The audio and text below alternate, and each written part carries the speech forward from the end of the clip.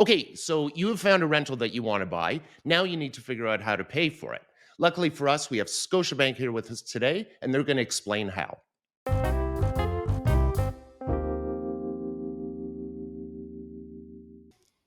Good morning. How are you? I'm good. How are you? Yeah, I'm doing very well. Thanks for joining us. Now, listen, for the people who haven't seen any of our other videos, can you take 30 seconds and tell us who you are?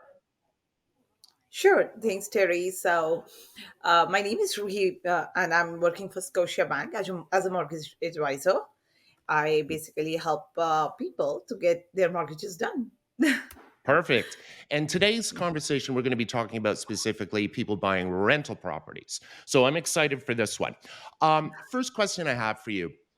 Talk to me a little bit about the down payment rules. Can I do 5% or is it more? How does this work? That's a very good question, Terry, because many a times when somebody decides to do a rental property, it's very important to understand what the bank would accept as your down payment or what would not be accepted. Mhm. So, one, you cannot do less than 20% down.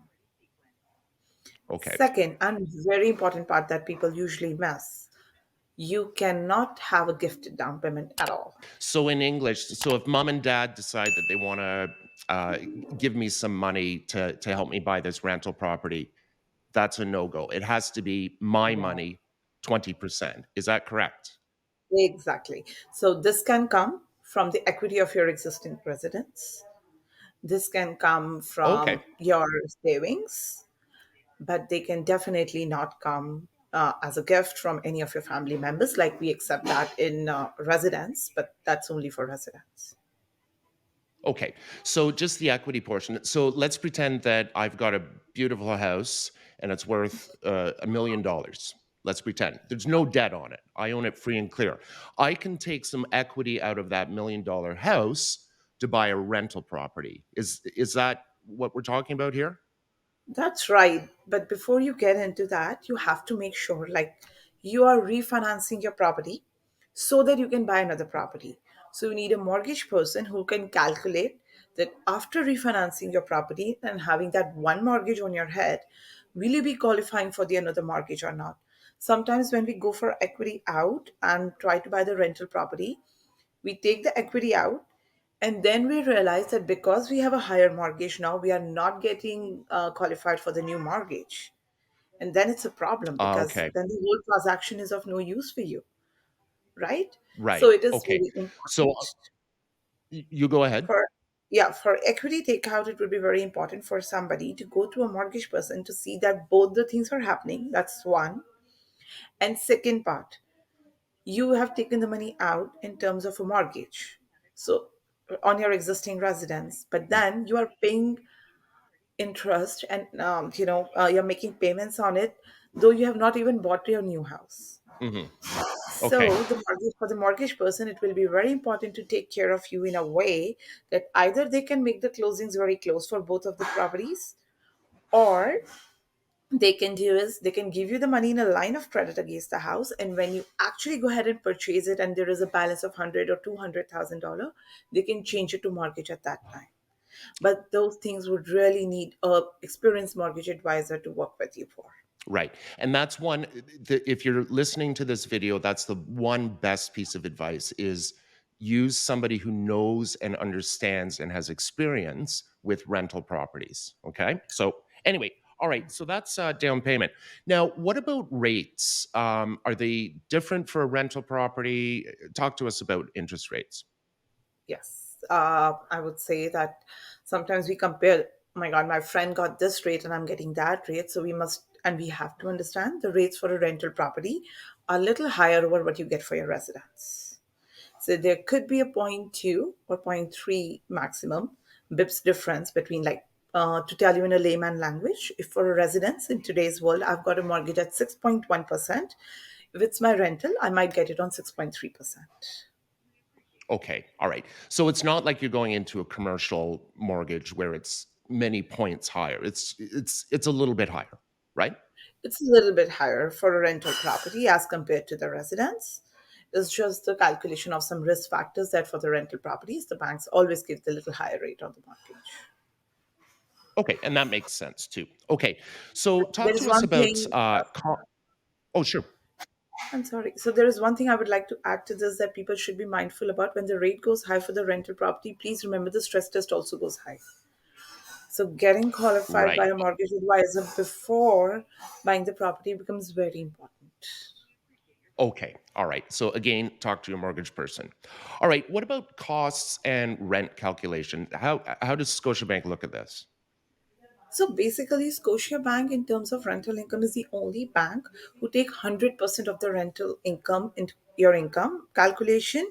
If the mortgage is done for the property that is rental. So, for example, to make it easier to understand, I'm buying property A and tell bank that I want to give the whole property A for rent. Hmm. So for example, the market rent of that property, like the estimated rent of that property is $3,000.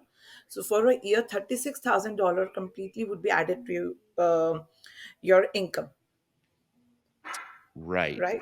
Okay. Usually banks do 50%, but Yeah. with Scotia Bank only for the subject property, we do 100% rent. Okay. And But when that's I that's very important, right? very important because it gives Yeah. you a lot of So boost, you right? Absolutely. So it's like this for people to think about it this way simply. I'm going to buy this rental property. The bank is looking at my income. My income is $100,000 a year. I will be able to qualify based on that 100,000 for this much money. Scotiabank says, okay, well, you're buying a rental property and it's going to bring in $50,000. We'll just pick a number. It's going to bring in $50,000 a year in rent. So your qualifying income is two now. 100 plus 150 or plus the 50 is 150. It's two incomes, right? Exactly. Yeah. That's So that's one very important piece for people to know when they are getting qualified. And second, when I say cost and rent, mostly when we go for a rental property, the idea is to get the cost cover of the property, like mortgages, property taxes from the rent itself. Hmm. So for your own comfort also and for your own cash flow also, it's very important that based on what is the estimated market rent of that property, that mortgage person helps to find out from you that how much you will be shelling out of your own pocket if you need to every month, so that later on it doesn't come to you as a surprise or it doesn't come to you as a liability, because you don't want to buy something and just sell it in a very short period of time, because that way you end up having penalties and whatnot, like costings. Yeah. So it's always better to work on how much would be the cost as compared to what could be the rent.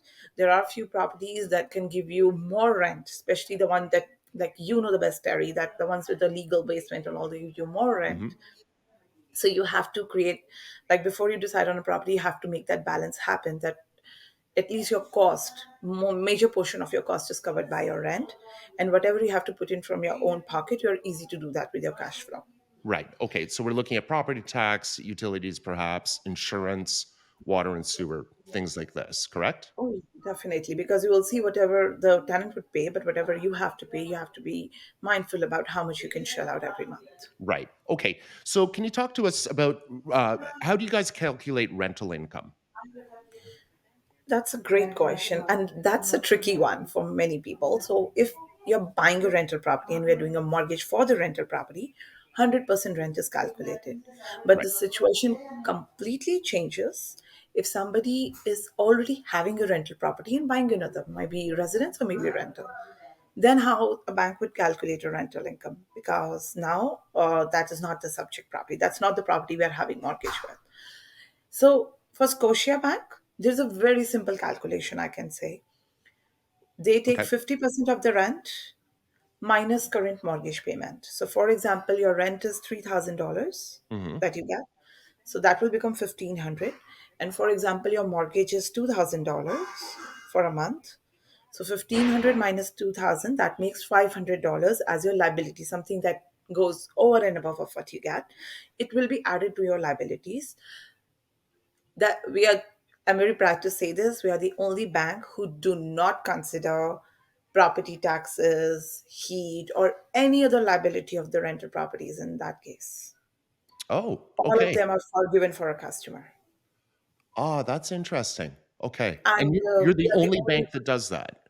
No, we don't. Yeah, and we don't even consider the vacant cost. So usually, bank consider a cost. Every bank, that what if the property is vacant for 2 months? What the customer is gonna do? We don't Right. consider that because somewhere at Okay. Scotiabank, we believe that nowadays with the housing conditions, it's very hard to find a property that goes vacant. Yeah. No, you're absolutely right. And in fact, um, in my marketing stuff for investment properties, I've just taken out the line of vacancy. Now it's just a non thing. Now, when underwriters are looking at it, most of them will have a vacancy that they put in, but that's you guys, the finance people. So I think the take home that I'm hearing here, 100% of the income for qualification purposes, sorry, 100% of the rental income to go towards your qualification, plus this more forgiving way of looking at the expenses and the liabilities, really sets Scotiabank apart for people who are interested in buying a duplex or a triplex or something like that, right? You're right, Terry, and that made like we have been number ones in rental property for a very long time, and the only reason for that is if you're coming to us for a mortgage or rental property, you have an added advantage of using 100% income. If you're already having rental property and coming us for any mortgage, you have an advantage where we're not looking at the other costs except mortgages on your rental property. Perfect. Do you have anything else that you want to add? Yes, I have a very important piece here to add. For rental properties, it's not tricky, but it's something that needs a cautious decision. It needs a very good realtor because if you're working with an experienced realtor like yourself, Terry, they can tell you what the potential of that property is. Because now you have to understand you're not going to live in it. That property means an investment where you're expecting returns, and only an experienced realtor can come to you and tell you how much you're going to make in terms of equity, how much the rent you're expecting, in which area, how much is a vacancy you're expecting in that place, like how easy it is to put up for for rent, and what are the future prospects in terms of rent increase in that property. So I Mhm. personally believe that if you're going ahead and trying to buy a property, work with a very experienced realtor. Like we have Terry on board, we are safe here, so you all can get back to him, and always talk to your mortgage person before you actually get into the decision to see that you're qualified. Yeah. And again, we've said this in a couple of the other videos that we've done. That is the best piece of advice. Do not use your cousin's buddy, somebody you have to have somebody in finance, the mortgage, and somebody in the real estate side who understands and deals with these things every day of the week, right? Exactly. So it's self-serving, I know. So if you're looking for this, you're calling Ruhi. Her contact is going to be in the description below, cell phone and email, as well as mine. Thanks, everybody. We appreciate you watching.